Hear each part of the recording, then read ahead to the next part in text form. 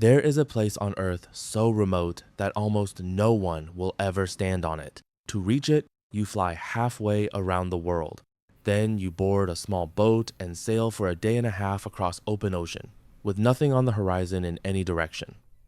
And at the end of all that water, a single green rock climbs straight out of the Pacific. There is no airport, no harbor deep enough for a real ship. To get the last few miles to land, you have to climb down into a small open longboat and let the islanders themselves carry you in through the surf. About 50 people live here, sometimes fewer.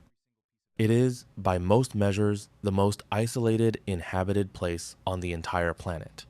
They are the descendants of mutineers, the men who, in 1789, seized the most famous ship in the British Navy and disappeared off the edge of every map. For 2 centuries, the world told their story as a romance, a lost paradise, a fresh start in the middle of nowhere. It was a lie. Behind the postcard, behind the palm trees, the warm waves from the longboat, the smiling faces that greeted every rare visitor, this island was hiding something. And in the year 2000, when a British police officer finally began to ask the right questions, what she uncovered would shock the world. It would put a third of the island's grown men on trial. And it would build a prison on a rock where there had never been one. But here is the part that makes this case unlike any other. When these men were caught, they did not deny what they had done. They argued they had the right to do it. And to defend themselves, they tried to convince a court of something almost unbelievable. That they were not British at all. That their island belonged to no country on earth. That no outside law could ever touch them. This is the story of Pitcairn and the paradise that was never real. To understand how it happened, you have to go back, all the way back to the ship. In 1789, a British vessel called the Bounty was sailing through the South Pacific. Her crew had spent months in Tahiti, warm, easy, far from the harsh discipline of naval life. When the captain, a hard man named William Bligh, ordered them back to sea and back to duty, something broke. Led by an officer named Fletcher Christian, the crew rose up. They took the ship. They set the captain adrift in a tiny open boat with 18 loyal men and barely any supplies, and watched him shrink into the horizon. By every expectation, that should have been the end of Bligh. Instead, he did something almost impossible. He sailed that overloaded little boat across thousands of miles of open ocean to safety, and he carried home the names of the men who had betrayed him, which meant the mutineers were now the most wanted criminals of the age. Mutiny against the crown carried one punishment: death by hanging. Christian and his men knew the Navy would hunt them to the ends of the earth, so they decided to vanish somewhere the earth seemed to end.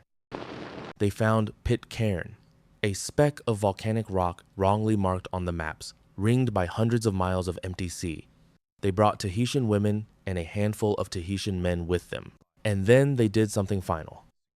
They burned the Bounty in the bay so that no passing ship would ever spot her, and so that no one could ever leave. The smoke of that burning ship was the last thread connecting them to the world they had come from. What followed was not a paradise. Within a few short years, jealousy and violence tore the little settlement apart. Most of the mutineers were killed. Fletcher Christian himself was beaten to death. By the time the outside world stumbled back onto Pitcairn, only one mutineer was left alive, surrounded by women and children. That was the seed. A community born in violence, in secrecy, and in the deliberate burning of every bridge to the outside world. And from that seed, the island grew. It turned inward. It sealed itself off. It came to be ruled by its own unwritten code. Almost everyone on Pitcairn today carries the name Christian or the name Brown. They are one tangled family. And on an island that small, with the whole ocean for a wall, there is no such thing as an outsider to run to. For generations, that was the island's gift and its curse. No crime, the islanders like to say. No locks on the doors. A simple, godly, gentle life where everyone shared the harvest and the work and the long evenings with the radio crackling in from a world that felt impossibly far away. That was the image Pitcairn sold to the world, and the world bought it completely. Documentaries, books, films, all of them returned again and again to the romance of the mutineers' children, living free at the bottom of the map. To the rest of us, Pitcairn was not a place. It was a fantasy of escape. But behind the doors that supposedly never needed locks, something else had taken root, and it had been growing quietly for a very long time. The crack appeared in 1999. A British police officer named Gail Cox had come to the island on a routine assignment to help train Pitcairn's single resident officer. She was not there to investigate anything, but the island is tiny and trust forms quickly. And one day, a teenage girl came forward and told her something. She said she had been raped. At first, it looked like a single case involving a visitor to the island. He was charged.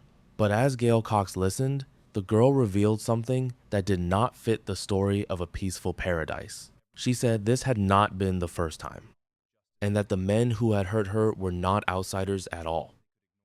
That one conversation cracked the island open, because once the police started pulling on that thread, they could not stop. What began as a single complaint became a full investigation. They called it Operation Unique, and it was unlike anything the British police had ever run. Think about the problem they faced. The crime scene was a rock in the middle of the Pacific. The witnesses were scattered across the world, and the suspects were the witnesses' own neighbors and relatives. Detectives flew across the world. They tracked down every woman who had grown up on Pitcairn over the previous 20 years, wherever she now lived, in New Zealand, in Australia, anywhere the trail led. They sat across from them, one by one, and asked a simple question. What happened to you on the island? The answers were almost beyond belief. Woman after woman after woman described the same thing: abuse, beginning when they were children, treated not as a crime, but as the ordinary way of life on Pitcairn. As normal as the longboat and the tide. Investigators reported that of the island women they were able to speak to, nearly every single one said she had been a victim. And worst of all, the men responsible were fathers, brothers, neighbors, the whole community, woven together, sharing the same dark secret and the same silence. Slowly, a horrifying picture took shape. The abuse on Pitcairn stretched back generations. Some islanders defended it openly, claiming it was simply the island's culture, that it had always been this way, that the children were not harmed. They were wrong, and the law was about to say so. By the time the investigation closed, more than 100 allegations had been gathered against dozens of men. Charges were drawn up, and then the island made its move. Because the men of Pitcairn did not intend to go quietly, they hired lawyers, and those lawyers built one of the strangest defenses in modern legal history. Remember the burning of the Bounty, the mutineers who renounced their country and torched their ship? The defense reached back 200 years and used it. They argued that when the mutineers destroyed the Bounty and cut every tie to Britain, they had stopped being British. That Pitcairn had never truly belonged to the crown, that the island was, in effect, a nation of no one, and that no British court had the right to judge a single man who lived there. If they were right, every charge would collapse. The whole case would simply vanish, like smoke over the bay. So now the question was not only what these men had done, it was whether anyone on Earth even had the power to try them. The case climbed all the way to the top of the British legal system, and the courts made an extraordinary decision. The trial would not be moved to London or to New Zealand. It would be held on Pitcairn itself, on the rock, in the heart of the community that had hidden the crimes for so long. And so, in 2004, the most remote courtroom on Earth came to life. Picture it: judges, prosecutors, and defense lawyers, all flown in from the other side of the world, then carried ashore through the surf in the same longboats the islanders had always used. The island's tiny community hall was turned into a court, a simple room never built for anything like this, now the stage for one of the strangest trials in legal history. There were not enough beds for everyone, so some of the outsiders slept in the cells of a brand new prison, a prison the islanders had only just finished building, partly with the labor of the very men now on trial. The visitors nearly doubled the island's population overnight, and before it all began, the islanders were ordered to hand over their guns, around 20 of them, to keep the peace while the world watched. 7 men stood trial. Together, they made up a third of all the grown men on the island. Among them was the most powerful man on Pitcairn, the mayor himself, Steve Christian, a direct descendant of Fletcher Christian, the original mutineer. The victims, most of them now grown women living far away, were too afraid or too scarred to return. So they testified the only way they could, by video link, their faces beamed from the other side of the planet back onto a screen in the little hall, telling the island's secrets out loud for the first time. For weeks, the evidence poured out, and the island's defense of its so-called culture fell apart under the weight of it. When the mayor claimed one of his crimes had been consensual, the judge cut him down flatly, describing a frightened, vulnerable girl who had been led into the bushes, who had wanted none of it. On the 24th of October, 2004, the verdicts came. 6 of the 7 men were found guilty. Only 1 walked free. The mayor, Steve Christian, was convicted of 5 rapes. His own son, Randy, was convicted of rape and indecent assault and handed the heaviest sentence of all, 6 years. The oldest defendant, a man in his late 70s, was convicted as well. So was another man, sentenced to 5 years for rape. 2 more were convicted of indecent assault. Within days, the mayor was stripped of his office. The paradise had finally been judged, but even now, the strangeness was not over. Because there was a problem no one could ignore. On an island of 50 people, those convicted men were not just criminals. They were essential. They were among the only people strong and skilled enough to crew the longboats, the boats that carried every supply, every visitor, every lifeline, from passing ships to the shore. Lock them up, and the island itself might not survive. So the prison the men had helped build became their home, and Britain agreed to pay for all of it, the guards, the costs, the entire machinery of justice shipped to the far end of the ocean. The convicted men refused to accept defeat.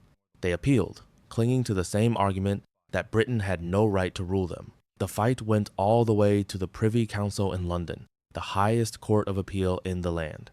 In 2006, the judges gave their final answer. For over 100 years, they ruled. Pitcairn had been governed by the Crown as British soil. The mutineers' 200-year-old gesture meant nothing in law. The convictions would stand. The island had been judged by the very nation it had tried to disown. And yet, walk away from this story thinking justice simply won, and you would be missing the hardest truth of all. The sentences were short.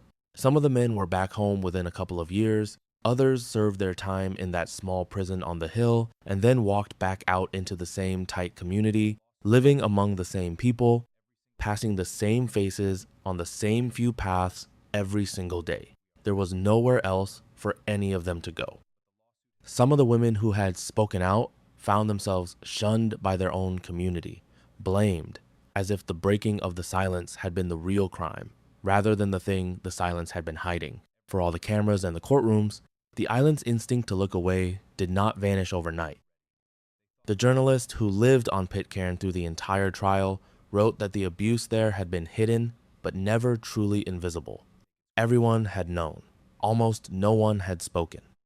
For 200 years, an island built on a burned ship and a buried secret had counted on one thing above all else, that it was simply too far away for anyone to ever come looking. They were almost right. Pitcairn is still there today, still one of the loneliest inhabited places on the planet, its population barely holding above 50. The longboats still run. The descendants of the Bounty still carry the old names, and the ocean still wraps around them, hundreds of miles deep, in every direction.